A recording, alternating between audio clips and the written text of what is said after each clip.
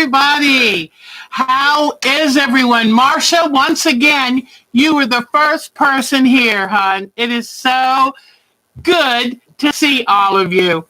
Yes, so last weekend, we had our show on Saturday because we were going to try to leave to go camping Sunday and stay through this week. We had our reservations, everything.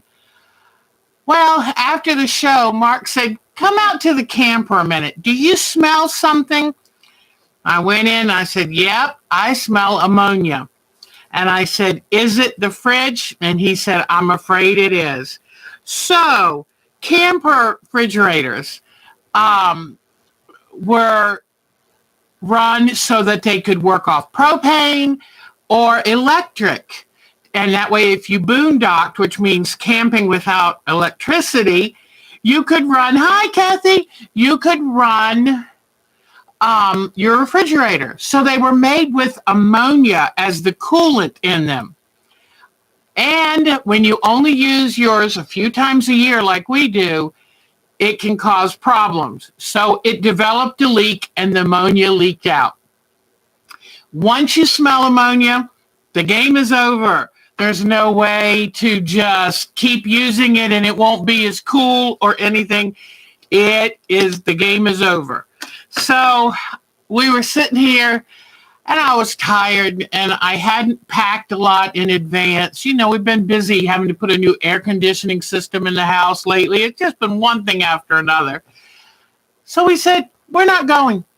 So we came in, canceled the reservation, and I've got to check to see. We're supposed to get most of it, the money refunded. And Mark, good soul that he is, brought the stuff back in. I put it all away. And we decided to do what I hate that they call staycation. But we had a great time. And we said, we'll probably take a little trip to the mountains because you know what? I love fall. It's one of my favorite times of year. I think spring is a close second. But there's something about after enduring a summer full of heat and humidity, to all of a sudden feel that crisp air, and especially if someone's got a fireplace going, and then you can, let me move this. It's a hot iron, a little close to me, so let me move that out of the way if you don't mind. I've got so many things to show you, but I've got a lot of stuff in the way. But I guess I can move this for now. This is the basket that I have all of our Christmas block of the week fabrics. I like these. I get them from the dollar store, and I have a bunch of them. And if I'm working on a project, I carry that. I'll put all of my fabric and anything to do with that project in the basket. And that way, when I have just a few minutes to work, I just grab the basket and I'm ready to go.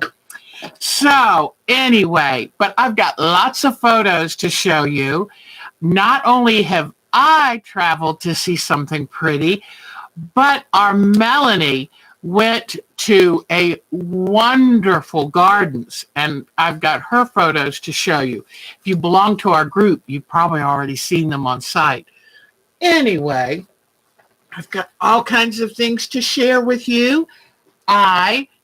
Like I told you I would, I designed a border system for use with our Christmas block of the week blocks. And we're well over halfway there. And it's just the 10th of October. And that's why I'm so tickled, those of you who are working the system with me. Because thinking about, I'm going to make a Christmas quilt, that can be overwhelming. But tackling it one block a week sure makes it easy. And I've designed a really pretty border, and it's pretty easy. So I will give you that demo today. Then I will show you what I did during this past week when we were home. And I can't show you about me just taking naps and sleeping in, but that was the best part of it. So, okay, let's see. Where do I start today? I've got some, look at this back on the black background. I can't wait to show you. But firstly, I'd like to see who's here and say hello to all of you. So, look at all these wonderful people. We've got Marcia, first person here. Barbara Smith, hello. Sonia, Marcia again. Let me see. Oh, they had a good chat. I love when you come here and chat because to me, this is our virtual quilting bee. We can get together and share stories and share photos. Lisa's here and Kathy and Pat is here. Hello, Miss Pat. I hope you're getting some interest on your house. Oh, I know it must be wonderful. And I would love that big room you've got. Oh my goodness. I think it'll go quickly. So let me see. Carol, wait a minute. Nope. Patricia from Nova Scotia is here. I was hoping Carol's going. Oh, it's being shown a lot. Very good. It won't take long. And then Melissa, it is so good to see you, Melissa. All right. So now what I'm going to do is show you this week's Christmas block of the week. It is the one on the bottom, right where my finger is circling. And that is our block number 7. And I think it was a twisted star, sunny star. So this one is Sunny Star. And it's funny, when I make them sometimes while I'm sewing them, I'm thinking, I'm not sure I like the colors. And then I get it all put together. It was too bright, but that's too dark. So, okay, I'll figure something out. But anyway, I get it all put together and I go, wow. I love that.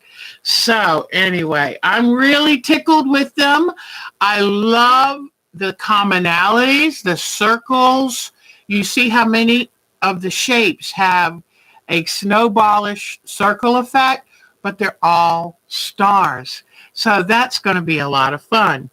And so this I will, right after, before I even go upstairs, I'm going to put this pattern for this week's 7th Sunny Star.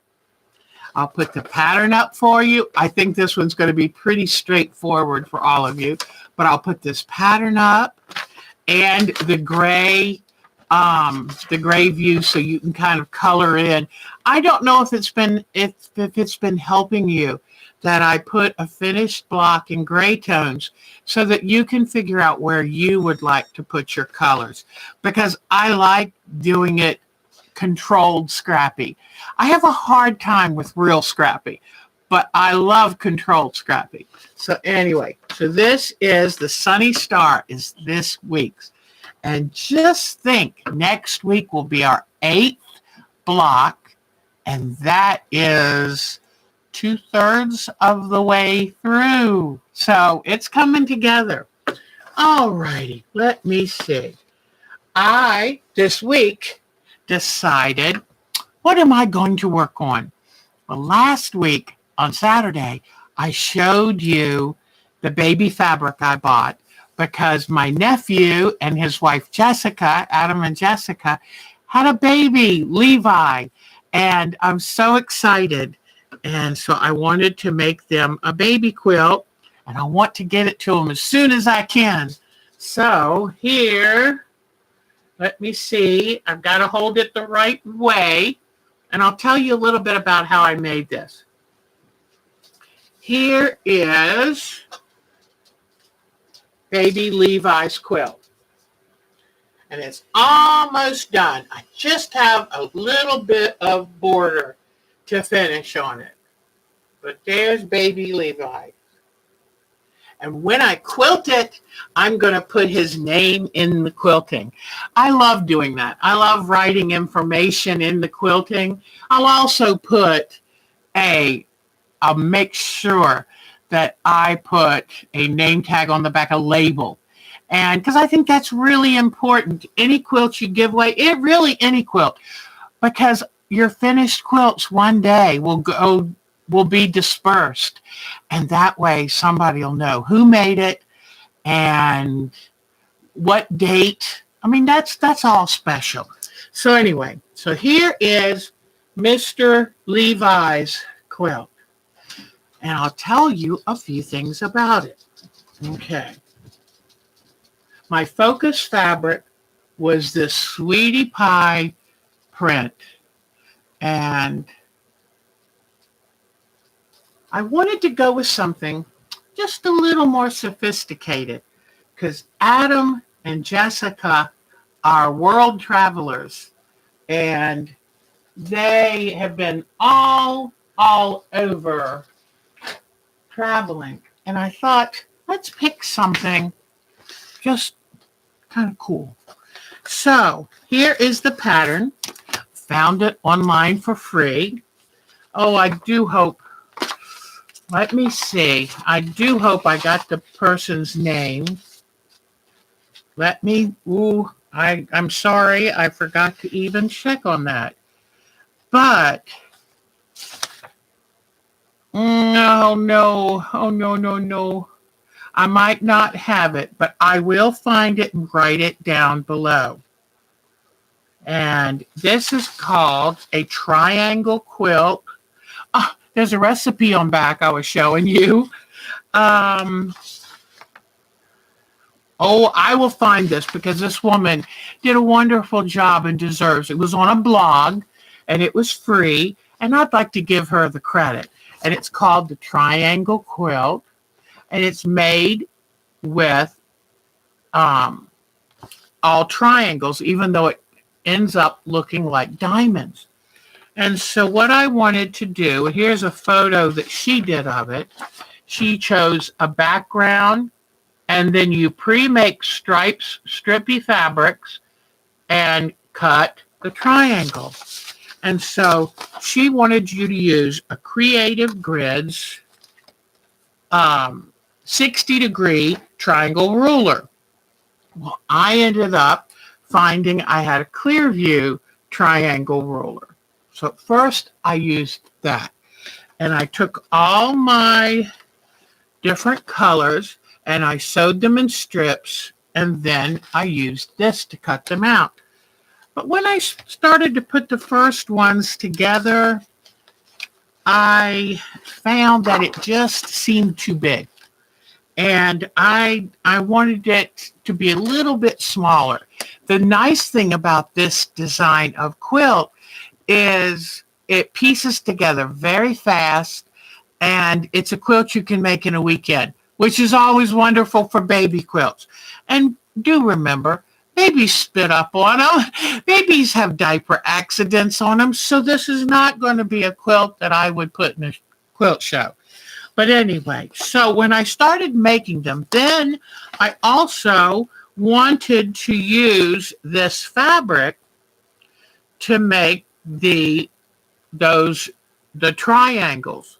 Well, the fabric is not as wide as I needed for the triangles, and then when I cut all the triangles out first, I realized I want to match these. And since the fabric wasn't big enough to just cut the triangle out, I thought, what am I going to do? So then when I tried to match those triangles, they wouldn't match correctly. So what I found to do to try to match them, I had to kind of offset them. And when I did that, they couldn't be the full size. So I said, let me find another triangle. So I found this one. And this is a tri-tool ruler by Darlene Zimmerman and Joy Hoffman. It's an easy quilting tri-tool. And if you can see, it is just a few degrees. It's probably like 55 degrees or 50 degrees, where this one's 60 degrees, but it's smaller and it's just the right size to allow me to make the baby quilt and line the sections of the diamond up. So it just required a little bit of thinking and a little bit of fussiness. And what I did is I took a piece of my acrylic template material and I took this ruler and I made myself a template. And in that way, by making this template, and I dotted the middle line, by making this template, I could then cut out the offset diamonds that were too big. Now, by making the diamonds ahead of time so that they were, because I wanted them to really match up, by making the diamonds ahead of time, it means that the triangles then had to be sewn on kind of in a, what do you call it? A Y seam. But it really wasn't hard at all. And I love leaving the needle down and then just kind of tilting the fabric to go around the corner. And I found it went together very easily. It was one of the easiest quilts I've made. So even with the changes I had to make and everything, it came out pretty easy. So the one thing I have left to do is I don't quite have enough of this fabric to do the border all the way around. I put a small inner border and then I wanted to use this. Well, when I was cutting the stripes up of the fabric, I have this. So what I'm going to probably do is I have most of what I need out of this. So I might cut some pieces of this, try to think of some kind of design or something I can do with the two different colorations and see if I can make it look like a design choice, because I don't have time to order more of this fabric. So all in all, I'm really, really happy. And as you can see by the length of this piece, I don't need that much to fill in for the rest. So I know I'll probably do something different, like with the cornerstones. That'll eat up part of it, and then I'll go from there. And then I'm going to I've got a bunch of leftover fabric. I've got a bunch of these triangles, and I've got strips left of stuff I didn't use. And you know what I'm going to do? I'm going to put them together and piece myself a back with all of that, because you know what? The older I get, the more I'm liking using up all of that fabric, except the small pieces, using it up for the back, and then boom, that's done. So that's what my plan is. And then I'll put it on the quilt frame and do an all over easy pattern. I notice there's a lot of balloons in it. So what I'll probably do is do balloons and loops and balloons and loops, and just cover the whole thing nice and easy, and then write things in it to let him know, that baby know that I love him and I'm glad he's here, and off it will go. So I'm very, very excited about that. I'm looking over here trying to, what am I planning to do today? I have to make an agenda, because otherwise I might kind of look out the window, see a squirrel. All right, so I showed you the baby quilt. I'll show you now, what have I been working on? Because the one thing I'm most disappointed this week is I haven't done much crafting this summer. Getting cataract surgery in the middle of summer kind of messed up my summer. So, do you remember a couple weeks ago I showed you the beads that I was making out of paper? Okay, and so here's one that I thought was the prettiest bead, and it's just paper. Let me show you a couple more. And I was saying that I like the pre-printed paper. It uses some of your ink, but the one thing that I didn't like was that, hold on just a second. I got a skewer here. I can put them all on the skewer so you can see them better. So here are, I'll pick a few different kinds. And I love these bamboo skewers.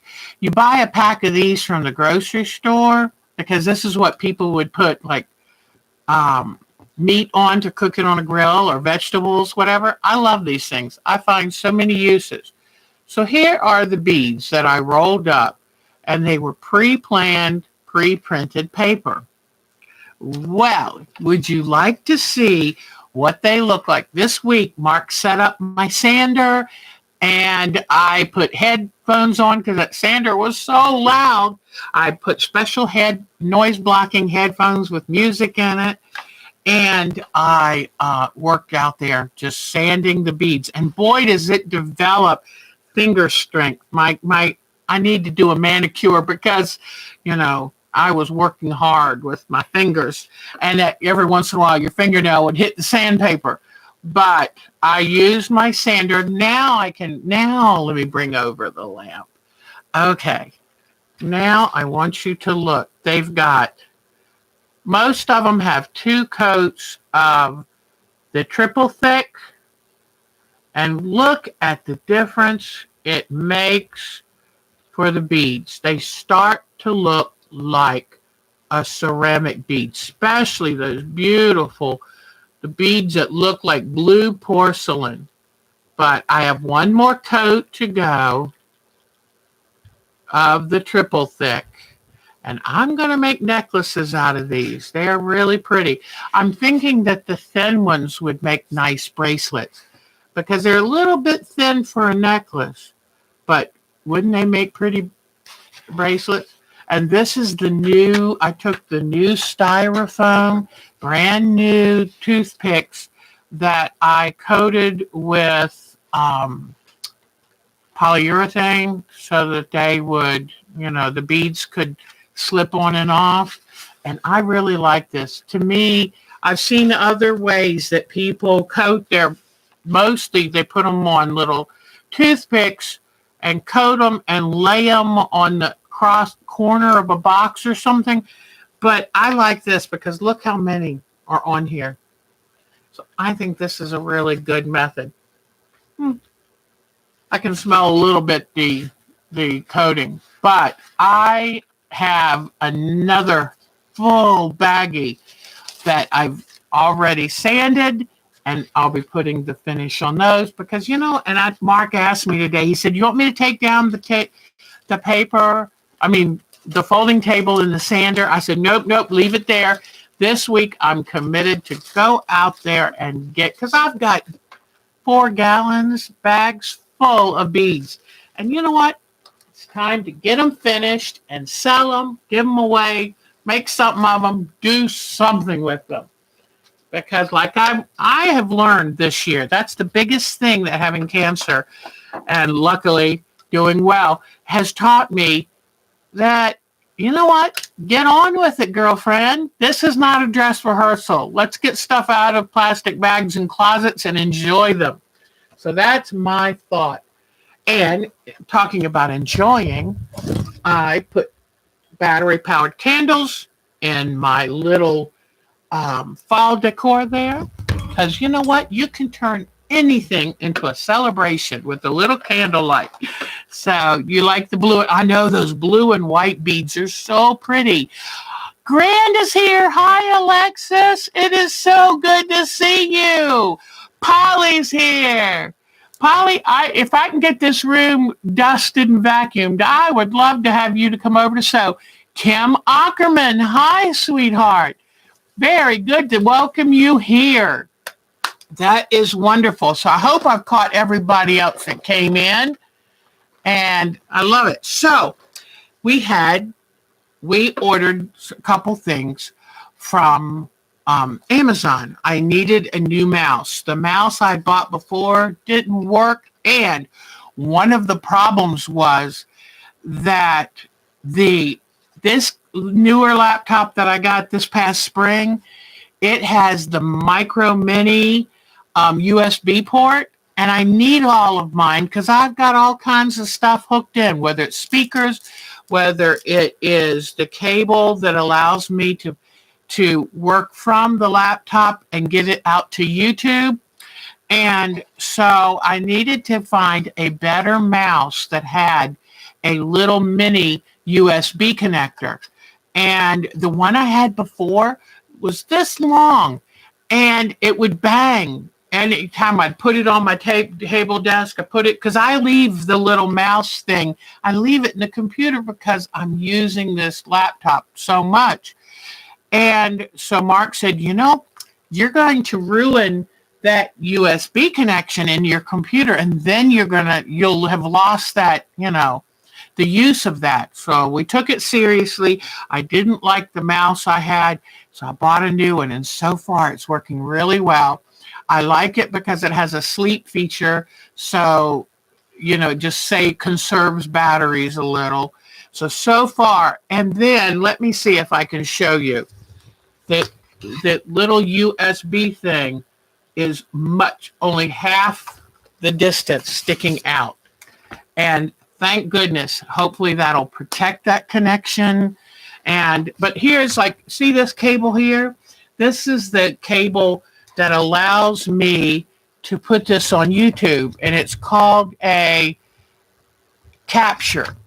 It's a capture device, and that allows the laptop to work with the camera so I can put this on YouTube. So, and Mark had to do some kind of strange surgery on the camera because the little bolt, they tried putting a metal threaded bolt in the bottom of a plastic shelled camera. Didn't people ever tell them that two different materials usually don't work out that good together? So he keeps having to try to find a new way to secure that bolt because I moved the arm of this camera.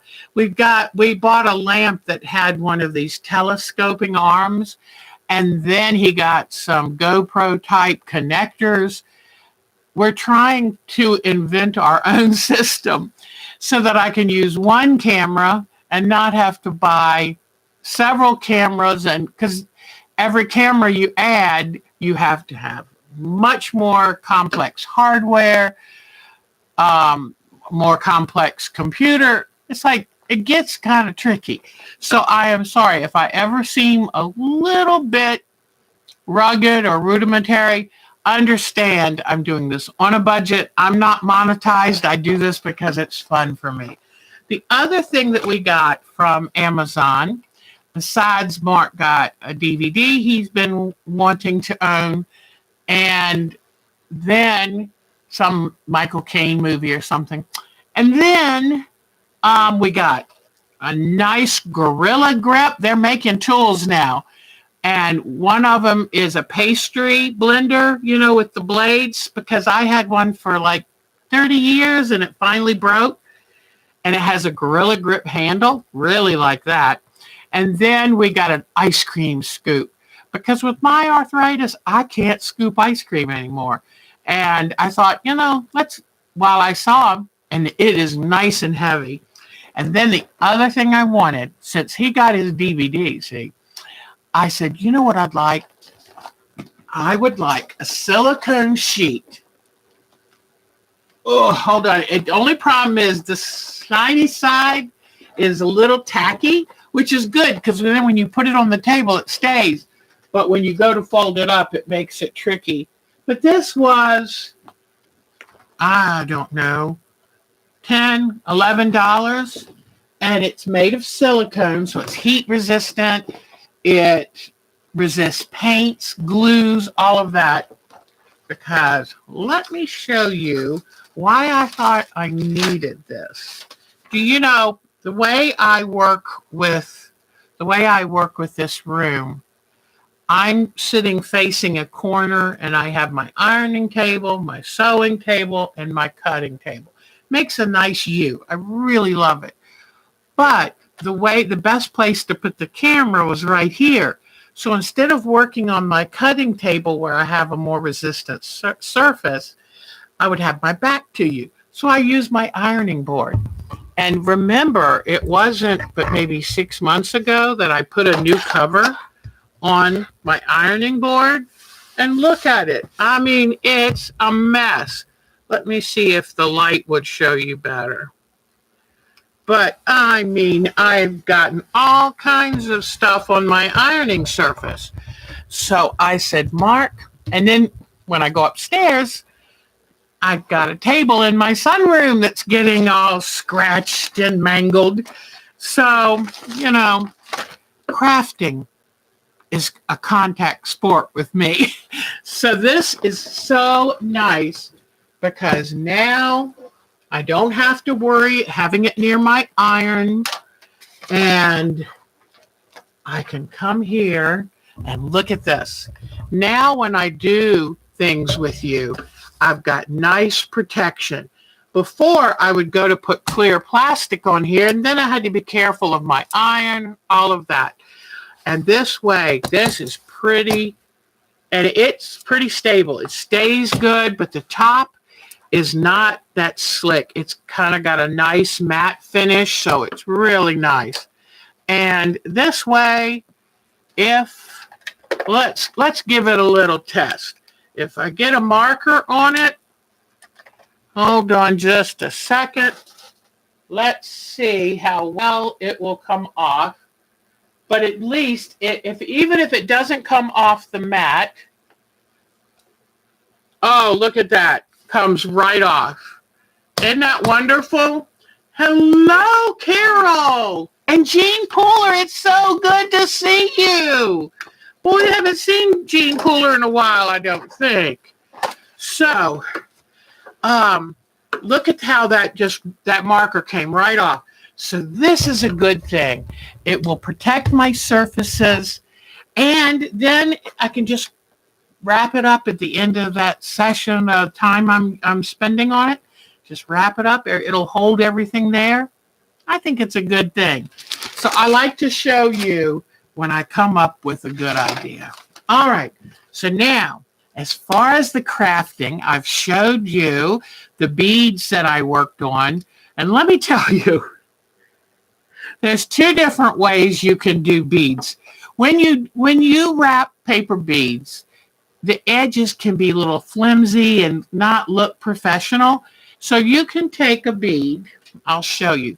Because, if you like to make paper beads, you're probably going to want to know how to finish them. But you can take your scissors, especially these little snips, and you kind of lay one blade on the top, and you go around and around and around, nipping off anything. Like this bead's kind of uneven. It's got too much narrow on this edge compared to this one.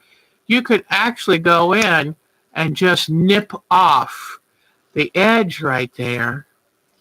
And then you come back with these scissors. And if you lay this on here and just go around and around and around, it will end up cutting and neatening up the edge. Now, the one problem with that is I was doing some of that the other day, and it gave me a blister here.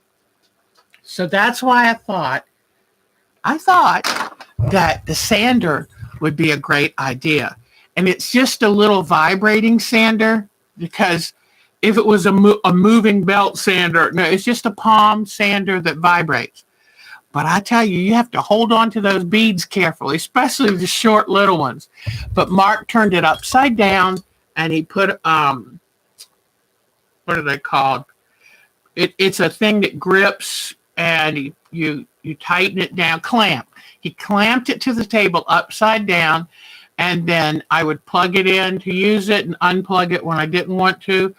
But having some noise protectors on the ears, I don't think I could have done it without that, because when you have it clamped to the table, the noise is amplified. It's quieter if you just hold it in your hand. But trying to hold that in your hand with it vibrating, oh, and I'm older now. These nerves bother me. So, anyway, so I'll show you the other thing that I finally finished. I started this months ago. Let me pull up this rack here for you so I can show you. A few months ago, I ordered these shells, and I'm forgotten right now. Oh gosh, I can't remember. But, classes, please. Oh, for the paper bead, maybe. But I ordered these shell pieces. They're extremely light.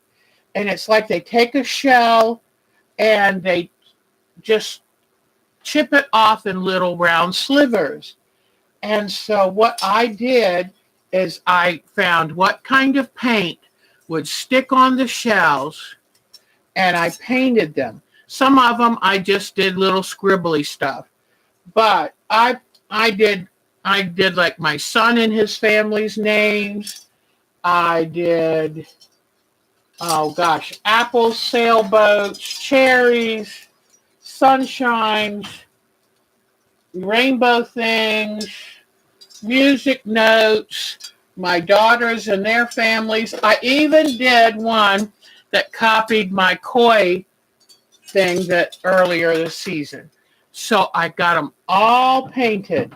Then I ordered some monofilament type string for them, and I made sure it was a reasonably strong one. And then I took some of the little pony beads and tied these on. And I was trying to figure out how I was going to hang them. I didn't want to hang them on something circular because they would get terribly tangled because they're so lightweight. But they make the nicest tinkling sound. Oh, it's just light, like tinkle, tinkle, tinkle. It's so nice. I love it. And so I put the pony beads, and then Mark found me this wooden dowel rod. And so I took it out and I spray painted the dowel rod. And to the dowel rod, he got me some chains, and I painted those. And then he's going to hang this up out back off of our pergola. And I think that way when I go out and sit in my swing, I hope to hear the tinkle of this. So most of the colors I used were actual paint pens, or I tried using fabric paint markers. They didn't stick. And so what I found is there were some permanent big long markers that I had that are for use on glass, and that seemed to do quite a good job. I need to come along here and make sure they're perfectly spaced, then to put a drop of hot glue and to keep them in place. So he's going to hang them up outside, and we'll see what the weather does. When it's too cold to be outside, we'll take it down and bring them in. But I put black fabric behind it so you could see them. But I think they're really, really sweet. And I just did all kinds of different designs. Let me see if I can zero in on them a little bit. Do you see them? I did a sweet one for Mark that says, "All of me loves all of you." Because, he makes so many of my dreams possible. So there we go. And it was fun because all summer long, I would just pull out a few and paint them. And so that is another thing I got. Whoa, you don't want to see me that close. Oh, goodness. Oh, no. Move back, camera. So anyway, I'm really tickled with that. And I hope hi, Debbie. Debbie Holt. She signs in by James, but we know who the special one of that duo is. Anybody named Debbie has to be amazing. Although she's still Debbie. I feel way too old to call myself Debbie, so I'll just stick with Deb. And I guess by the time I'm 80, I'll just be duh. So make it easy. Make it simple. All righty. So it is so good to see all of you. This week, I'm hoping to get some concrete work done. I'm excited about that.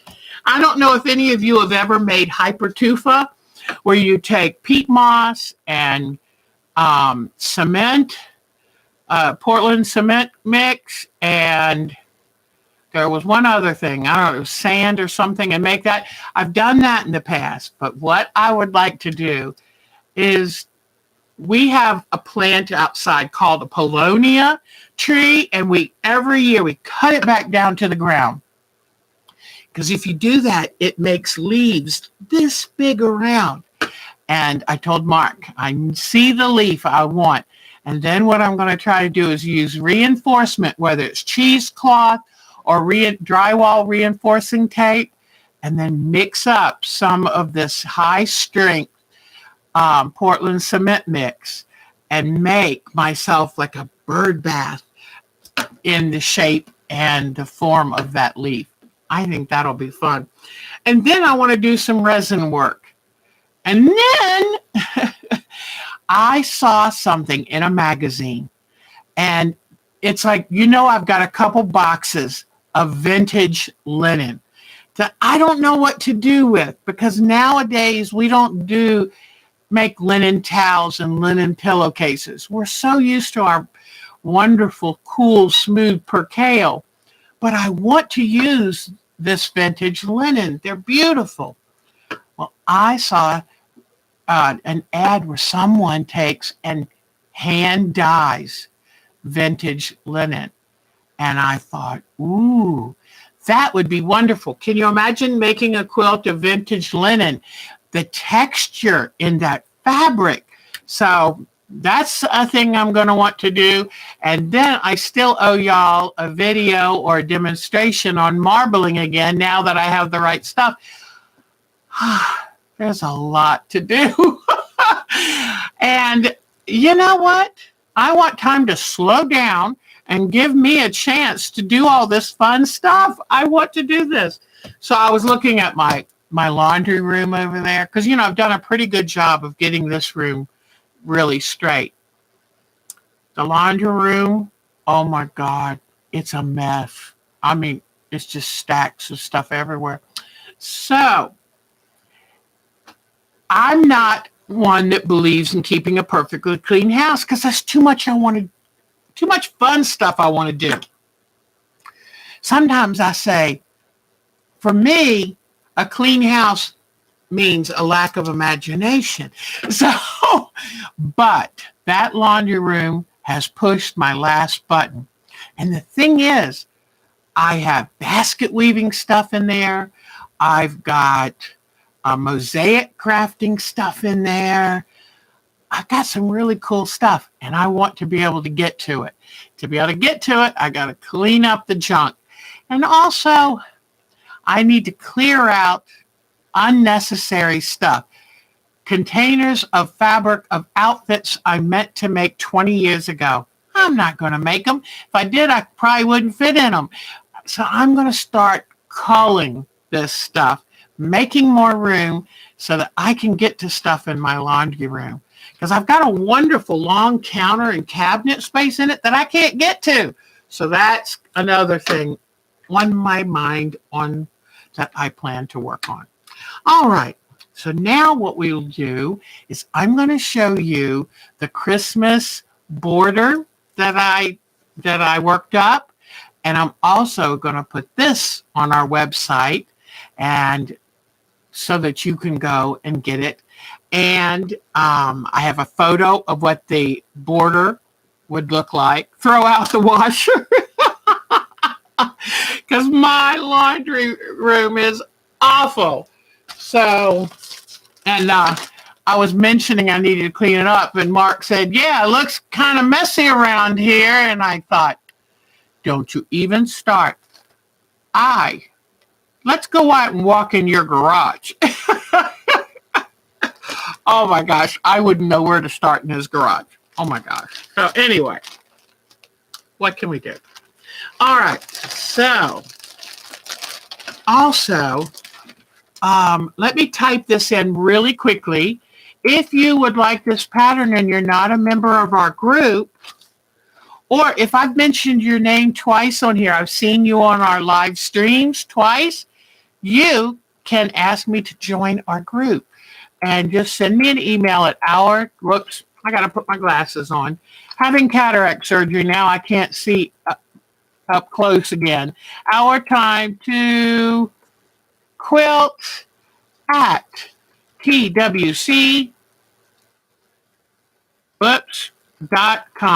My new laptop's computer keys are stainless steel color, silver color. means you have a hard time seeing it. And if my hands could be put in the right position, I don't have to see the keys. But anyway, dyeing linen or fabric paint on linen is awesome.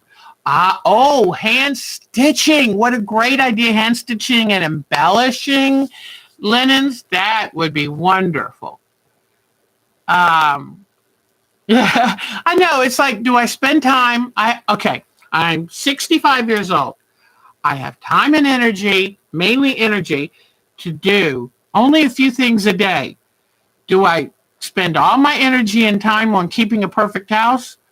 Or do I do just enough to keep the health department away and then have fun? It's not that bad, but you know what I mean. I mean, it's like you got to kind of decide here. So I love it. Hi, Miss Mary. Hello. And some of you have written me the most wonderful emails, and I'm sorry I haven't gotten back with you. I really want to try. But, and did Barbara Smith tell us what kind of class you would like me to do? Because I love teaching. So if there's a skill or something fun you'd like to see me do, just write me a little email at ourtimetoquilt@twc.com. And the reason is because I tend to forget.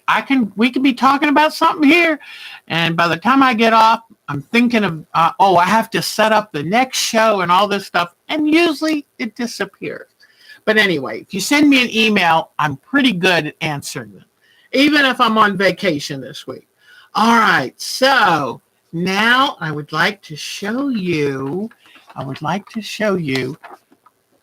the sashing and border I'm thinking about for this quilt. Okay? And when I saw this, I went nuts over it because of the little stars. So let me show you what I have. And don't worry, if you think, that looks too hard, don't worry. I did up an instruction sheet, and I cobbled together some graphics I saw, made them work for this purpose, and put them on here, and I wrote up the instructions. So I tell you step by step what to do to make the sashing and border. How much to cut, what size, everything. And this is for the 12 and a half inch blocks, 12-inch finished.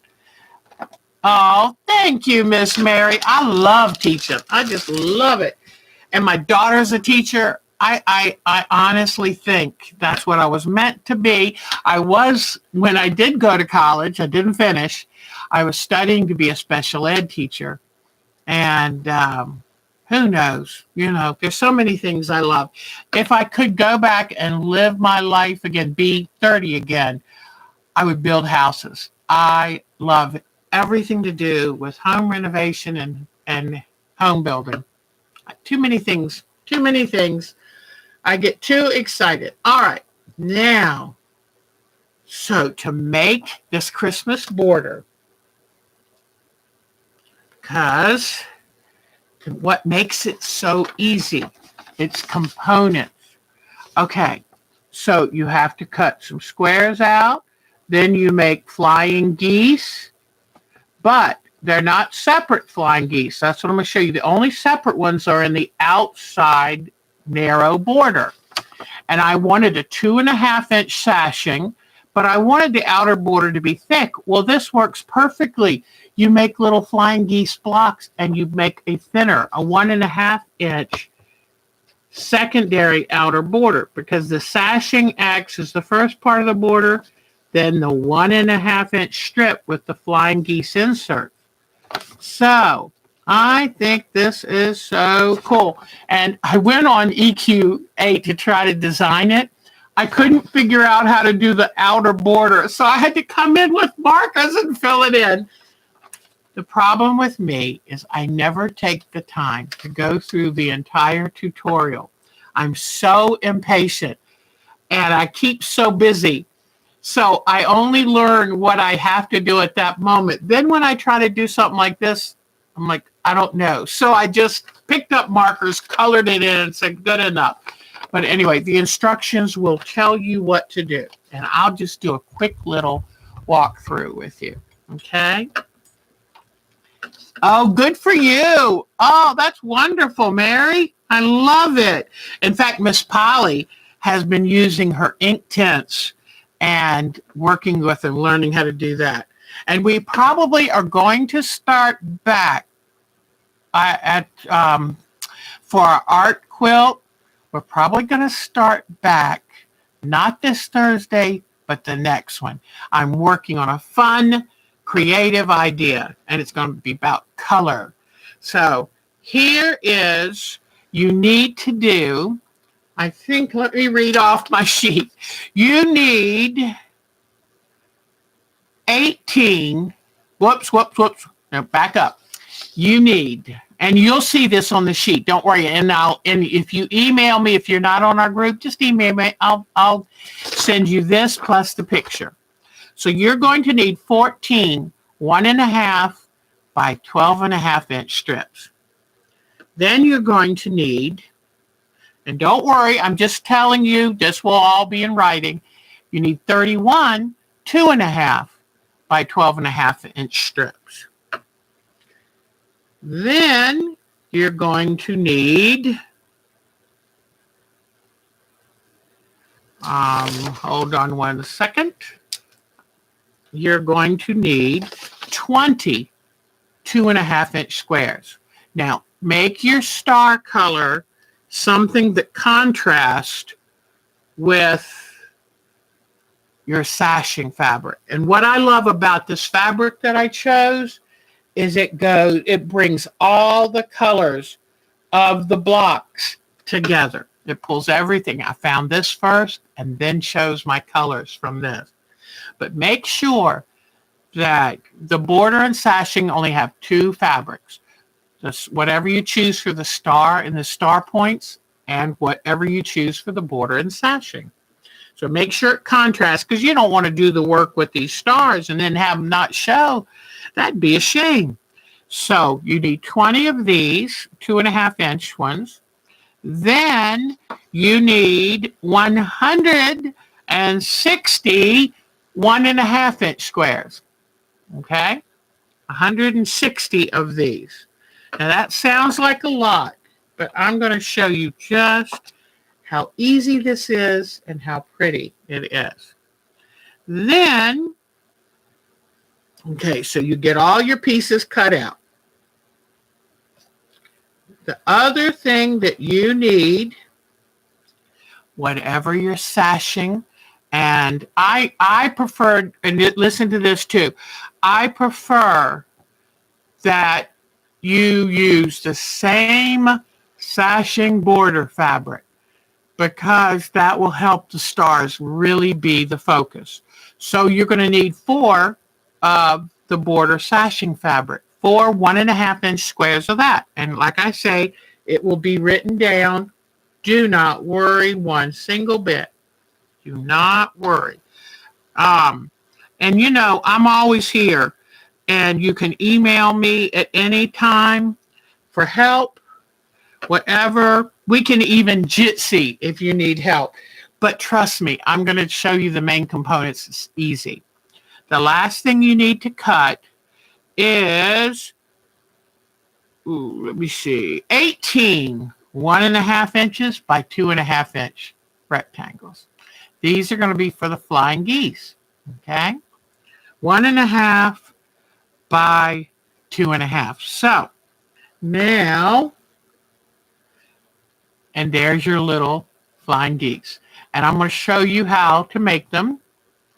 But it's going to be simple. Whoops, don't want to lose any of my little pieces here. All right. So when you get this done, here is what it's going to look like. Okay? And I'm going to lay it over here and show you this way too. So, but I wanted to make sure to show you how it's going to look. So, do you see that? So here's your sashing, and here's the star. inside. And to make this start so simple, you have these sashing, the 2.5-inch wide strips. We're going to do this on each end. Then you just put a square and you put another piece. So let me show you. All right. And I do believe every sashing strip you're going to put a flying geese effect on each end. Okay? So here you take your strip and you grab some flying geese squares. These are the 1.5-inch squares. Now, if you want, you could get a sheet of sandpaper, lay this on because it holds the fabric. You would actually put the wrong side up. You can use a ruler and you can draw a line across the middle. But what I do, usually I'll sit at my iron and I'll iron them perfectly in half. But you can press it with your finger and see how it leaves a crease. See the crease? So you can do it sitting right here, or you can take a big pile of them to your iron and carefully press it in half. That will leave a good crease, okay? So you take each of your sashing pieces, okay, and you take and you put, and you've got to make sure you get these the right direction. You want your angle going from the middle to the outside, this angle. I like to make my stitch length just a touch shorter because these are small pieces. I put it on here, 1 hair width inside that line. So that way when I turn the fabric over, it will not be short. And I just come here and sew right along that crease, okay? Now, what I would do if you weren't here is I would be doing, what do you call it? String piecing. I would do one after another after another. But then what you're going to do is you fold this back to the corner, okay? Now, I always look on the other side, see if any of it comes beyond the bottom material, and this just a tiny bit did. Then I know now that that works well, and so I can come and cut the back 2 off, leaving just a touch smaller than 1/4 inch seam allowance, okay? Now, this is where I would have my iron handy and go ahead and iron it, but in showing you this, I won't do it that way. All right, I want to make sure I can really see. With the dark fabric, sometimes, and this is pattern fabric, sometimes it's hard to see the crease, so I just folded it again. So now when you lay this on, when you laid this one, you sewed across that way. Now I'm going to want to sew across this way. So I put my square on so that the diagonal line falls this way, okay? Get that thread off there. All right. And you see how I push this one back because they actually will overlap. So I make sure that I've pressed the one already sewn back, lay this on top of it. Some people get confused because they're like, wait a minute, why are you laying one fabric on top of the other? But that's the correct way to do this. And then sew right down the diagonal. And when I say sew 1 thread width or a scant, it's just here, the crease was there, and I went over 1 thread width to stitch it, okay? Then, when I go to fold it over, it fits perfectly because that stitch takes up a little bit of space. So here is, if this is your crease, I go just inside that. I don't sew right on the crease, just barely inside of that. Then I press this down, then I look to see if it matches, and it does. So now I can cut the excess off here, get rid of that, and there you go. It's just that easy. And these are star tips. Okay? So then what you would do is you would sew one of your 20 pieces of 2.5-inch squares. You pick it up, you put it on here, and you sew a perfect 1/4-inch seam. And then you'll notice when I open this that, look at that. See, that's why you don't worry about the overlapping, because most of it's in the 1/4-inch seam. So now you have part of a star. And if you add another strip like this that you've done those ends to, then there you go. You put it on this side. Now, I want to show you how easy it is to make a flying geese unit. You take one of your rectangles, 1.5 inches by 2.5 inches. You put a nice firm crease. Like I say, I like doing it best at my iron because I can make a very definite sharp crease. And the lengthways, the long side is where you put your blocks. And remember, to make a flying geese, it has to come from the middle and go to the outside.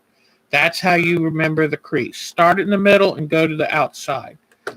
Then I come and I sew just one stitch on the inside of that crease. Whoops. This is where it helps to have an ender or a leader. So let me start again. Because see how when you don't have a leader, it wants to pull your fabric right down into the throat plate. All right, so what I do is I put a little scrap of fabric on here, and about 1 inch or so from the end, I go ahead and start sewing. Because when you start in the middle of fabric, it can't pull it down like it wants to. All right, so I'll put this back on. Okay. And since that end got drug into it, tell you what, I'm going to put it this way because that'll be the part that I cut off.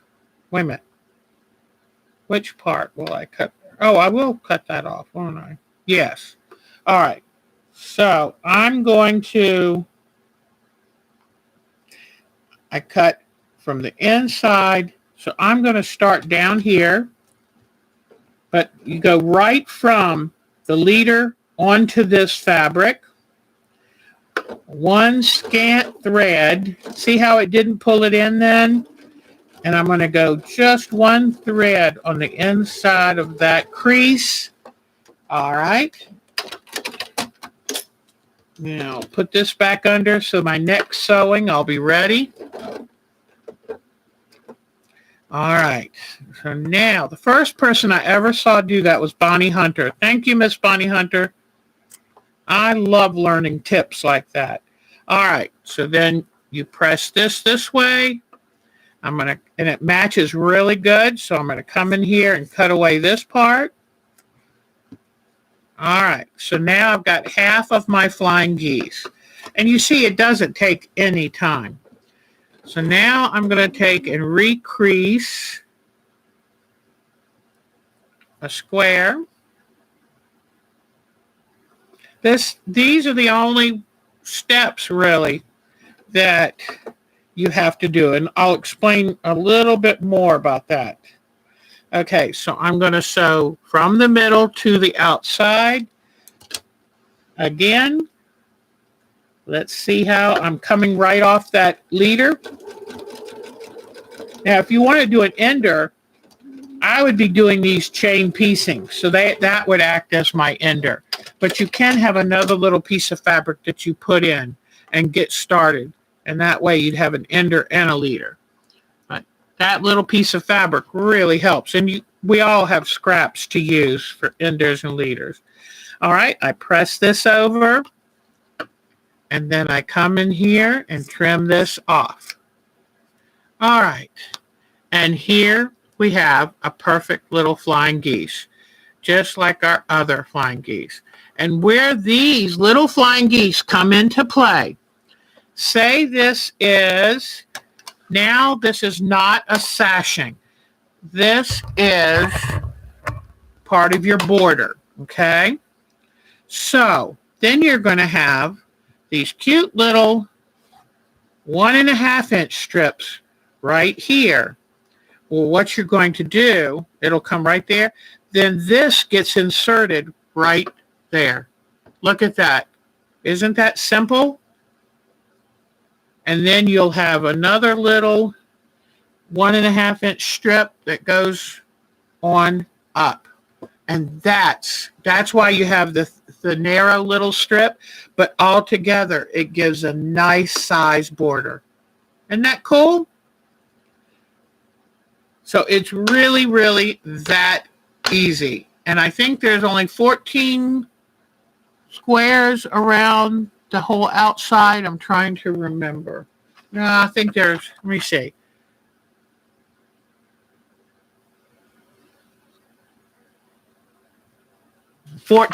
Fourteen of these outer strips to do. And that means, what, 14 of these to do? And you can see how fast that comes together. And then it's just a matter of stitching, and then you've got your star. And I just think that's so cool. And it goes with our star snowball theme. And here I'll show you one more time what the inner sashing is going to look like. And see, your blocks will go right in here. And you have to decide, do you sew your blocks? Where are you going to sew your blocks? And I've decided that because normally you won't have this all put together. I just did it to show you. But I'm going to put the side sashing on the blocks. Then I'm going to make the row sashing. Let me show you. I'm going to take a block and I'm going to sew this to it. I'm going to take this block, sew this to it, this block, sew this block, sew this one. Then I'll come back and sew this one on. So just the side sashings per block. Then, because I want to make sure that I have a good block. Making the beads? Okay, I will definitely. I have 2 videos in my list, but I'm planning on making another one, so I'll definitely do that. You might be the person who's been asking me. Okay, so I'm just going to sew the side pieces on. Then these are going to be made in rows. And so then once you decide you sew your 3 blocks together for that row, then you put this on. Then you can put this on. You just kind of work your way through. But I plan on putting the side pieces on first. So these individually, these are going to be rows. Okay? And just make sure you pin so you get, you know what? I can do a Thursday night live stream so that it's more like a class. So you can ask me questions, watch me do it. That's probably what I'll do. Okay. Or maybe we'll do what day of the week is good for you guys? And then we'll do a live stream so it's an actual class versus just a video. That way you can ask me questions. But like if you'd like to do it this Thursday night, I could do a bead making live stream. So that would be great. And then you can ask me any kind of questions and, we can do that. But anyway, I think that this will help make it very understandable and very simple. You just have to decide what you're going to use for your sashing and border and what you're going to use to do your star. Now, if you don't want to do this for yours, you do not have to. I'm just giving you an opportunity. I love coming up with fun activities. I love dreaming up things. And you decide if you're up to it or not. Because, only you know what you have time and energy for. And same thing with me, So now I'm going to put this all back in the sack. But I will make sure you get a copy of the directions and of the picture itself to make it simple, simple, simple. All right, everybody. So now we're going to get ready and go look. Oh, I have about 5 or 6 entries into the pincushion contest. So you only have just over 2 weeks. From the 10th, November 1st is when you must have a photo to me. And let me see what day of the week November 1st is. But I have about 5 or 6 entries already.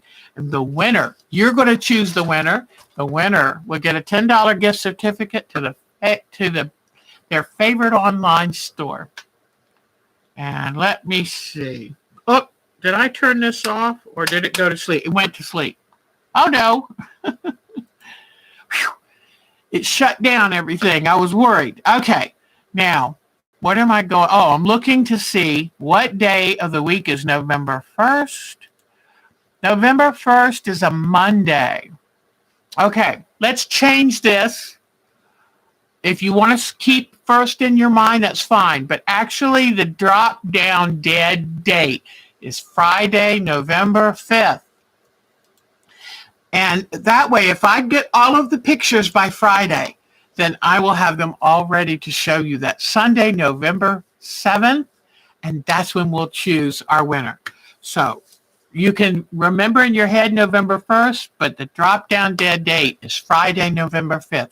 If you send me a picture on Saturday, November 6th, I'm sorry, I won't be able to use it because that will be too much last-minute panic for me to make sure I've got all of them signed up.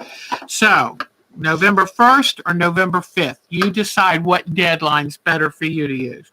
All right, let me put these away in my baggie because I don't want to have to worry about losing anything. And so here we go. I'll put that aside. Oh, let me go ahead and shut this light down. Come on. Believe it or not, for this light up here, I've got a remote control. Are we getting just a little too prissy or what? Let me turn this off.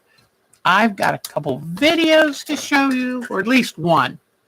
I've got pictures of everybody's stuff to show you. I'm so excited. Oh, let me real quickly.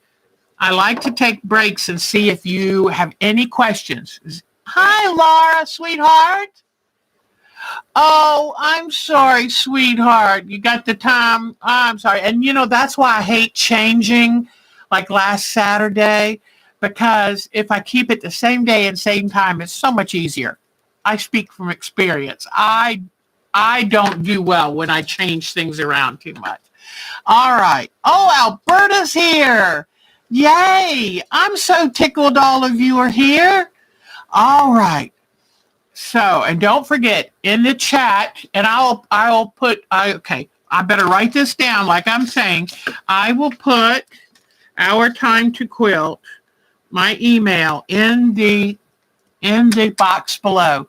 So if you need to contact me for directions, if you want a copy of the pattern, so I'm writing it down to put the email in the bottom right away. And then I will go to the site and put up the pattern and the instructions for the border. Okay? So I'm so excited.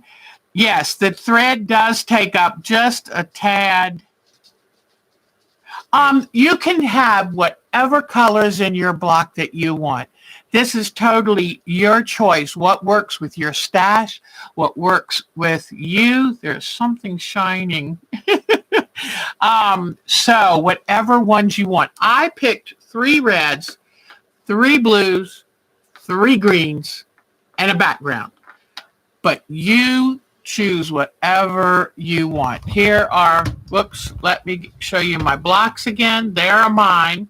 And what I did is I chose from, whoops, let me show you the bigger piece. Okay. Here was my focus fabric. And look, if I hold it here, you can see why I chose the colors I did. But I chose this first. This caught my eye, and that's where I'm coming from.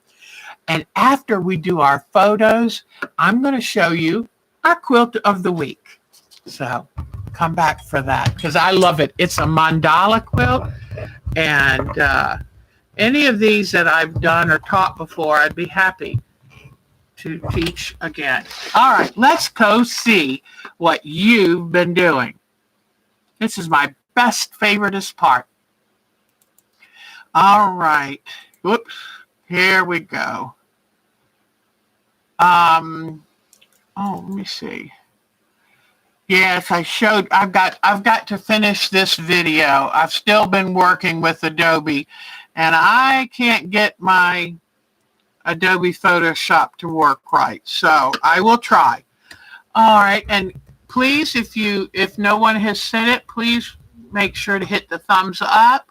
Let people know that this site is worth watching. All right. And now I will go to, whoops, not me. Here it is. Sorry. I get confused. Miss Alberta's here, so I'm very tickled to still be able to share with you. This is, how do I want to open this file?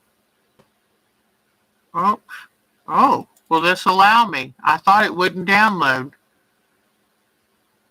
No.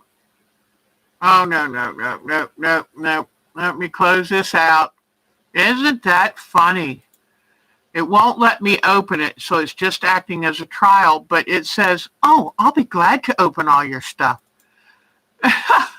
Here we go. Look at this cute quilt she made. I think her daughter asked for this and wanted happy Halloween colors. And I think that is precious. So cute. All right. And then Miss Alberta, look at this quilt that she entered in one of her local shows. That's a wonderful color wheel with a rooster in the middle. A rooster that showcases all of those colors. Amazing. Okay. Thank you, Miss Alberta, for sending them in. We're always looking for new photos. So if you have a photo of some of your work, or you have a photo of your family you'd like to share, or your gardens, or anything that makes you happy, or places you visit, wait till you see what Melanie has shared with us. Oh my gosh. And that was Miss B's, beautiful, printing on fabric, some daisies, and then coloring them in for a quilt she's working on. Miss Beverly Hickey, one of our new members, is working on this quilt for her husband, a veteran, and it's a block of the week with all these different flags. Beautiful, beautiful. She said this one is a keeper, so I agree. All right, let's see who else has something. Miss Bonnie got to show her log cabin one more time. Love Miss Bonnie's log cabin. That is beautiful, beautiful. Okay. Now, let's see, Carol. I know Carol's here. Now, somebody was talking about how many fabrics do you need to use? It's entirely up to you. Look at Miss Carol's. I said, boy, you have taken a sweet little block and turned it into something sophisticated. Look how beautiful this is. Isn't that amazing? It turns it into a kaleidoscope effect. I love it. So I think she wins best fabric for this one. Whoops, hold on. Let me see.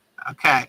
I want to show the Christmas blocks, and then I'll come back to cute Mr. Rhinoceros. But isn't this wonderful? Look at this.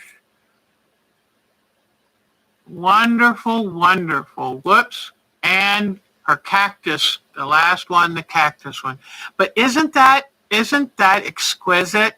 And she said, sorry, she was working from her stash. And I'm thinking, oh, my goodness gracious. Look at this doll she made by hand. And then I love all of the hand stitches and the fabrics. And oh my gosh, it's all so cute. And the hair out of the green thread. Now, I think, let me see. Carol, the patchwork is Kawandi quilt style hand sewn. Some embroidery. Oops, then hold on. This is embroidery she did on her journal scroll. So she made a scroll to put on her journal, or is it a journal that she's doing of different techniques? I'm so impressed with this. In fact, Alexis, if you're here, I think you would adore this. She has done some hand embroidery with white on white. How effective is that? Then she's got some silk ribbons here. Then look at the beading she has done. Look at this. So I'm so glad, Carol, you shared this with us, because I wish Miss Linda was here. She would love this. Hopefully she'll see it on a rewind, because this is right up her alley. Look at the silk ribbons.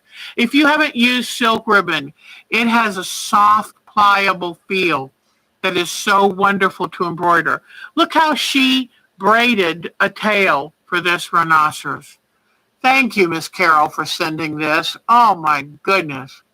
Just wonderful. And then this is her Kawandi quilt style hand sewn. Love it. Nice big stitches. Look at that. That looks fun. That looks like a lot of fun. And, learning all new styles, and look at the hairstyle on that. That is so cute. Looks like eyelash yarn, and I love the little boubet accents. That is so cute. And then look, it looks like she kind of braided some individual yarns for that. Wonderful. I wonder, did you do the crocheting or the braiding of that? That is amazing. I think Miss Carol has a lot of talent. So thank you, Miss Carol. That gives me so many ideas. And that's what we love about all of this. Then we know Miss Debbie's here. So I'm going to show one more time her wonderful landscape quilt. And I hope that she will share some more things that she's working on with us. She has a lot of talent as a thread sketcher, thread painter. I'm really impressed. Way to go. And I love the quilting she put in the sky, all of that. Then Miss Dolores. Miss Dolores, she made these reversible vests, or reversible aprons, which are cute as can be. And then here is her version of the Christmas block of the week. Wonderful. Wonderful, wonderful. So thank you, Miss Dolores. Now let's see who else. I haven't heard from Jody this week. Hopefully she's doing fine. Okay, Miss Jeannie. Oh, I showed this last week, but it's worth a second look. Her city skyline that she did. Just love it, love it, love it. And you can see where she quilted the outline of the blocks to give it definition. Wonderful, wonderful. Okay, now let's see. Miss Jody, I know she's probably got at least one or two other ones done, and I will be happy to share those with you as soon as I find them. She might have sent them, I might have missed it, but isn't this wonderful? And, it doesn't matter what color set you use. They become uniquely your own, and they're just wonderful. Wonderful. Whoops. I'm a little dark in this corner here. All right. Now let's see. Okay.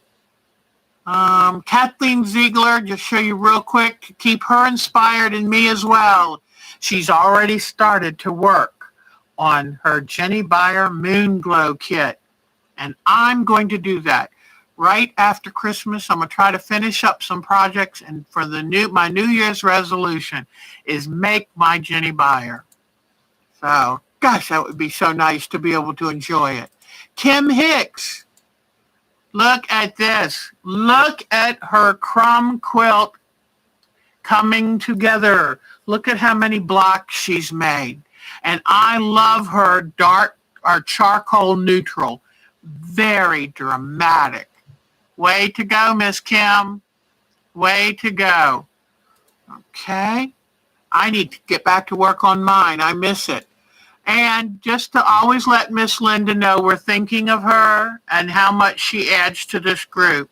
I like to keep her little felted mouse here. He is just so cute. So we think the world of Miss Linda. Okay. Now, Lisa, I saw her name here earlier, and I wanted to show you her artwork made with alcohol and fingernail polish. It's her own version of alcohol inks, and I love it. Love, love, love it. Way to go. Okay. Miss Mary, I saw Monkey Mary is here. I just think that's the cutest name. Look at how busy she's been. So I'll go in order. Look at this beautiful. I love it. She shows a traditional, wonderful palette of Christmas fabrics. And she created a wreath there. Look at that. So it's a lot of fun. And then I think she didn't plan it, but look at the fussy cutting look of all the candles in the center. Beautiful. And I love it. She went scrappy, and it is just going to be gorgeous. Way to go. You did a great job, Miss Mary. Way to go.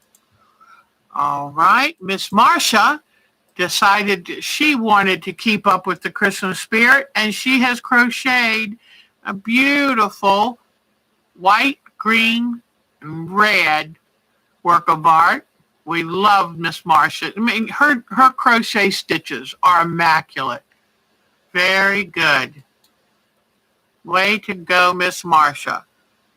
Okay, Miss Melanie. Okay, now I've shown you that Miss Melanie finished her iris quilt, and it's off to be quilted.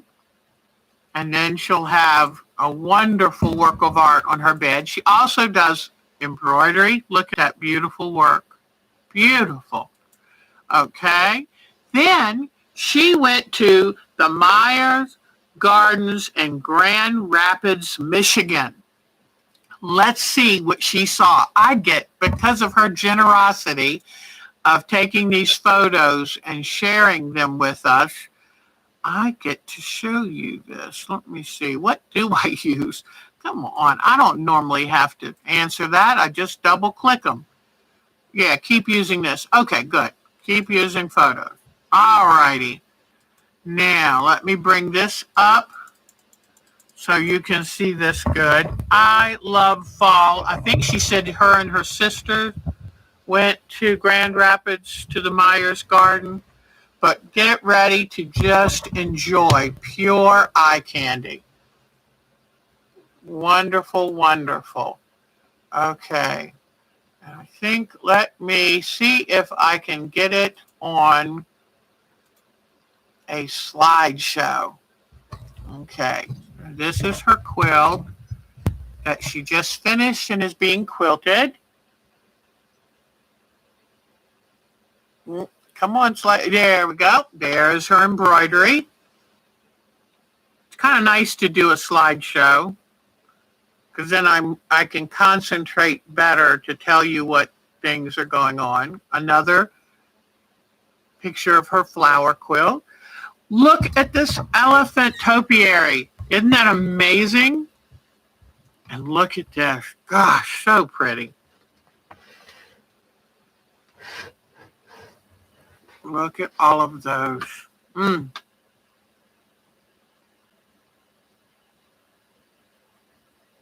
this, I'll show you that work, but it is a wonder. This, I think, is a beaver. Here is the work, and I think she said, she told me what it was made of. I think the tops of wine bottles. Really neat mixed media work. And look at all the statues and the beautiful tree. Look at this. Isn't that gorgeous? I love all of these unusual pumpkins. Look at that's a 1,900-pound pumpkin. 1,900 pounds. Look at the colors of these gourds. They are amazing. And I'm not sure what these are. Winter berries? I'm not sure. Y'all might know what kind of berries. And look at the size of this pumpkin. Probably 500 pounds right there. And another view of that wonderful elephant topiary. Aren't these beautiful? I'm trying to decide what those are. I think they're tomatillo husks. But that 1,900-pound pumpkin is unbelievable. Here's another shot of the reclaimed items artwork. Gosh, I love the mums. The nice thing is the gardens, when you go visit, they do all the work. We just get to enjoy them. They look like daylily flowers that fell. I'm not sure what that pink bush is, but that's awfully pretty. Another picture of that artwork with all reclaimed aluminum. And look at this. That is one huge pumpkin. They had topiaries of men grooming. This is Nikashina. I have one out front, but that's a lime green. And I have no idea. I guess they made those pom-poms. Look at this. Apples. Who would have thought? What a great decoration. Look at the fall tree with the flower baskets and the impatiens. Look at this topiary. Is that the cutest? And this is her pumpkin quilt she was working on. Look at that. All finished. Beautiful. Okay, I think we are back to the beginning. But thank you, Miss Melanie, because you allowed us to go see the Meyer Gardens, and that means everything. Thank you so much. Anytime you travel like that, please feel free to share with us, because we love it. You know, I can't be in Grand Rapids, but now I've gotten to enjoy that. So this was, whoops, I just forgot whose folder. Hold on. This is Melissa's. I'm sorry, Melissa. It's just that I'm an idiot. It's not that you're forgettable. And this is beautiful. Look at this quilt she did from her father's photograph. I love that. And this beautiful quilt with the wildflowers in the center. Lovely. And look at this. That is beautiful. I guess you would call it a Baltimore album. It's absolutely beautiful. Okay, now let's go. Miss Nadine, we showed you this last week, but I'll just show you. She went to the beautiful Rabenstein castle in Germany, and what a wonderful trip that was. Don't think we have any new ones, but I love these trips in the fall. If you'd like to see more from her Rabenstein trip, make sure you go back to last Saturday we showed it. All right. And then let's see. I'll show one more time this progress from Patricia. I bet you she's made more. So we'll keep you posted, because this is really beautiful. It's coming alive. Here's the rest of the printing, but she's done all those tiny stitches. My hat is off to Patricia, because I can't manage that much concentration. It's terrible. But look at this. This is when Mary was talking about her pencils and crayons and stuff for art quilting. This is Miss Polly's beautiful work with her ink tints. And she has done beautiful work. You can almost feel that leathery texture of that pumpkin. Beautiful work, beautiful. So she's practicing learning how to handle the ink tints, and I love it. Let's see what else. look at this beautiful cat quilt. Isn't that amazing? I love the colors and just beautiful work. Way to go, Miss Polly. Good job getting these things created. All right, Sandra Thiel. Let's see. There's the quilt she made. And she lives up not far from Patricia of Nova Scotia and on a settlement. So she has a very interesting life, and she barters for things like these potatoes. Here are some of the beautiful woodlands she lives in that she's photographed. Look at that. And there's some of the fish that she has bartered for. She said she has 150 pounds in her freezer. So we know she'll eat well this whole winter. That's good. All right. And I think, now we'll go back to me. I think that hopefully I missed no one. I hate if I ever miss anyone.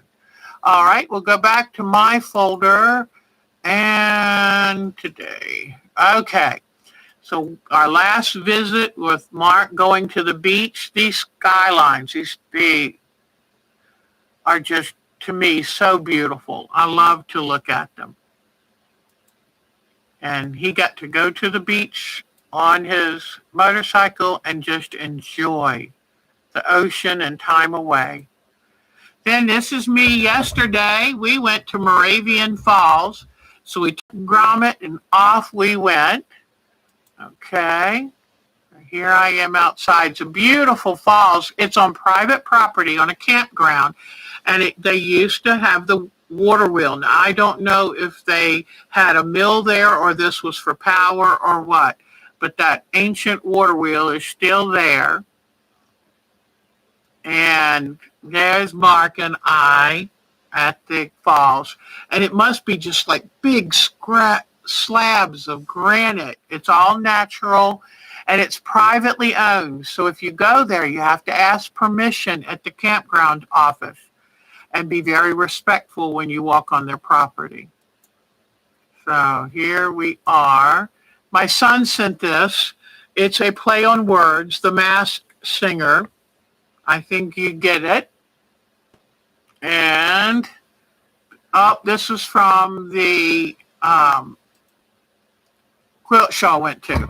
Now, in this photo, this is my son's kitchen floor. And on this kitchen floor is a whole bunch of oatmeal. Evidently, Russell, my perfect grandson, in fact, here's the Quaker oatmeal lid, got the hold of the oatmeal and decided it needed to be spilt all over the floor. And here he is, and his Nana said, "What did I do wrong?" He spent some time out in his high chair, contemplating. Isn't he beautiful? And then his little brother Donnie said, Kuya got in trouble. And Kuya is Filipino for brother. So evidently Donnie thought it was funny.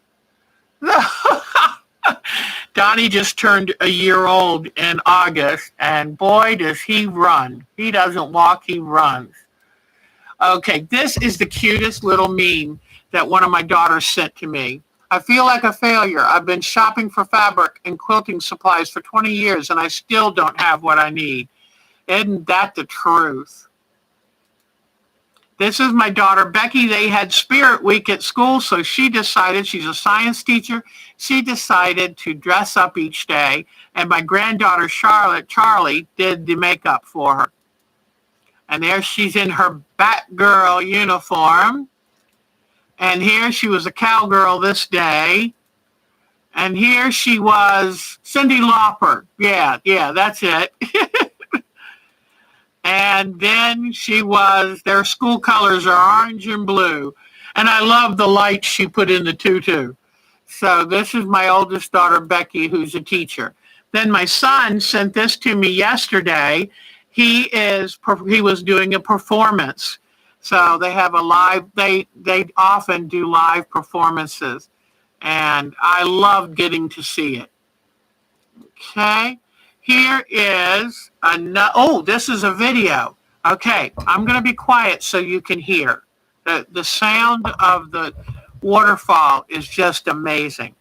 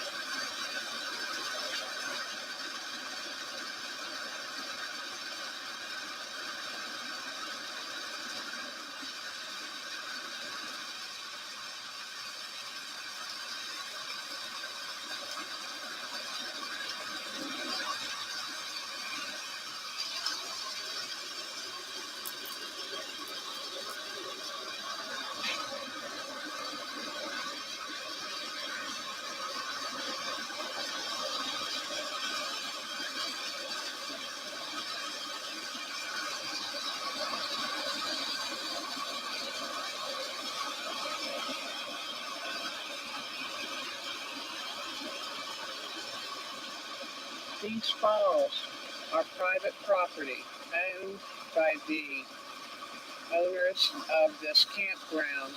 So you ask for permission and they will let you come up and see them.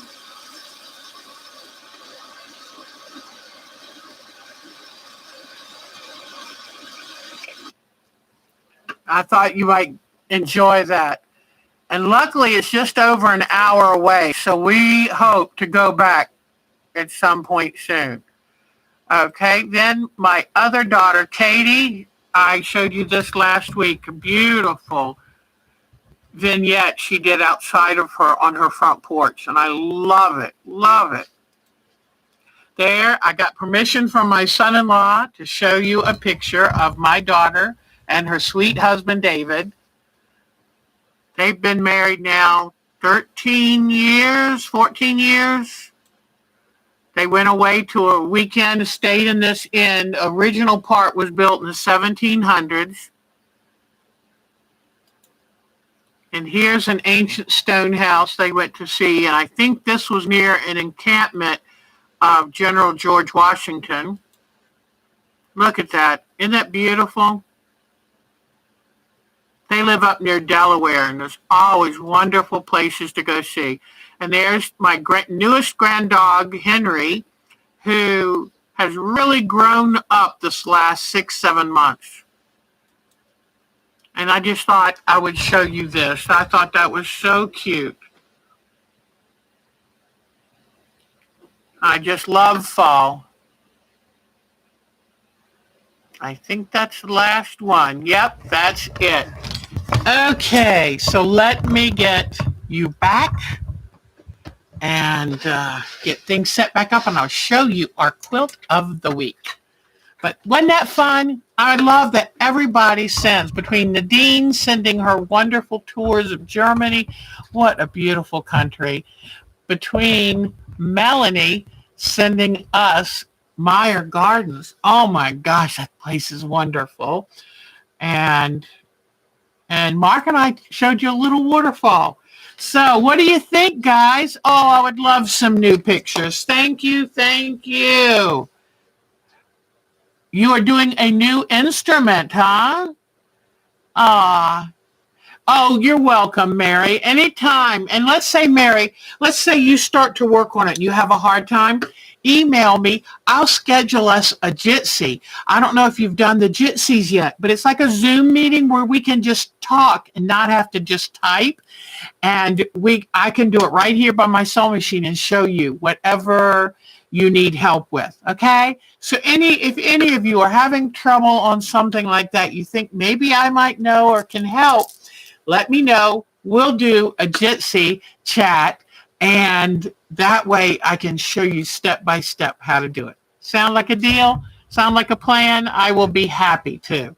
So anything else I'm so happy to see all of you. Alberta, it's wonderful to see you again. I hope you enjoyed all of our photos today. So it was so nice for Mark and I to go get away and drive in a car. He works from home now, and so we didn't realize gas was $3 a gallon. We haven't gone out. So anyway, here is this week's Quilt of the Week. And it is what I call a mandala. I took a class for this at Myrtle Beach Quilt Party years ago, and then I loved it so much that I taught classes of it, and I've made probably about 8 of these, and they are so easy. And I just saw this bright color. Went into my closet, and I saw this bright color, and I thought, I'm going to show them this. And what it is you have to cut exact wedges of fabric, and 36 of them with this wedge, because it's a 10-degree wedge and there's 360 degrees in a circle. So you cut 36 exact wedges, and it takes about 1.25 yards of fabric for you to get that many exact wedges. And that way, when you sew these together, it makes a really dramatic design. And then I put this one on point in a 17-inch square. I did a flange on it there, and then I backed it with these fabrics. And this fabric I considered a hideously ugly fabric, but with the right pattern, see it? I just did not like it. But with the right other colors, with the right showcase, even an ugly fabric can have its day. So then what I did is I cut out the designs from the fabric, and then I machine zigzagged them, appliqued them in place. Okay? So that's the nice thing about the mandala. And I love going coloring outside the lines. I love that. To me, make it yours and do what makes you excited. So that's this quilt for today. And from time to time, you'll see the mandalas, because I really enjoy seeing what kind of design, just cutting the exact same piece. And so that's today's quilt, and that's today's show.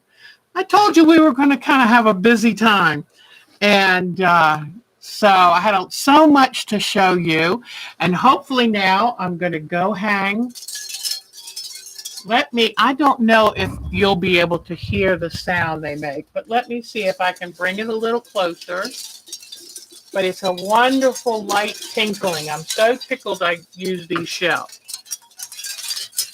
Can you hear it? Very light tinkling. And as I said, I put them on a straight stick, because when you do them in a circle, they get helplessly tangled. So I'm hoping by putting them on a straight string, they won't get as tangled. Oh, all right, everybody.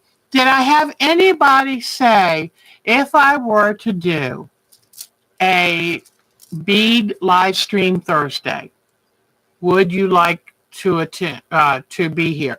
Be Thursday night, our normal 7:30.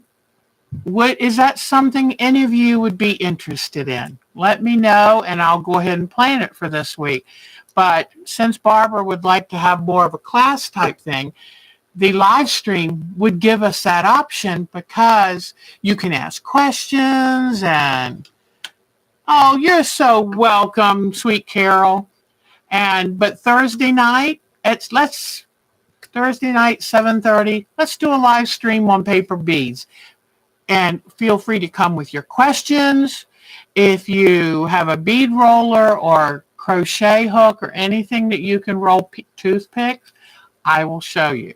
So if you have white glue and some scrap paper and something to roll it on, whether it's toothpicks, whether it's a bead roller, or whether it's a crochet hook, we'll do it this Thursday night. We'll have a paper bead extravaganza. Okay, I think that will be fun, and I'll show you all of my tricks. So, okay, guys, wind chimes. Yes, thank you, my wind chimes to hang out. So, okay, everybody, you would love the beads. Okay, I will put a notice on this Thursday night at 7:30. And Barbara, I hope Barbara can make that time. But thank you very much for spending this Sunday with me. Take good care of yourself. I've got to start walking again this week. I promised my doctor. And so I'm going to take a walk every afternoon. Thank goodness the weather is nice and cool. But take good care of yourself, because you can't take care of others unless you've taken care of you first. Okay, everybody, I will see you Thursday night for Paper Bead Palooza, and I'll even show you some hints for fabric beads, because if you're quilters, you love fabric, and fabric can be turned into beads too. All right, everybody, you're the best. I'll see you Thursday night at 7:30, and I'll see you next Sunday. What will I be doing next Sunday? Who knows? Take good care. Thank you for spending this time with me. Have a great week. Enjoy the cool weather.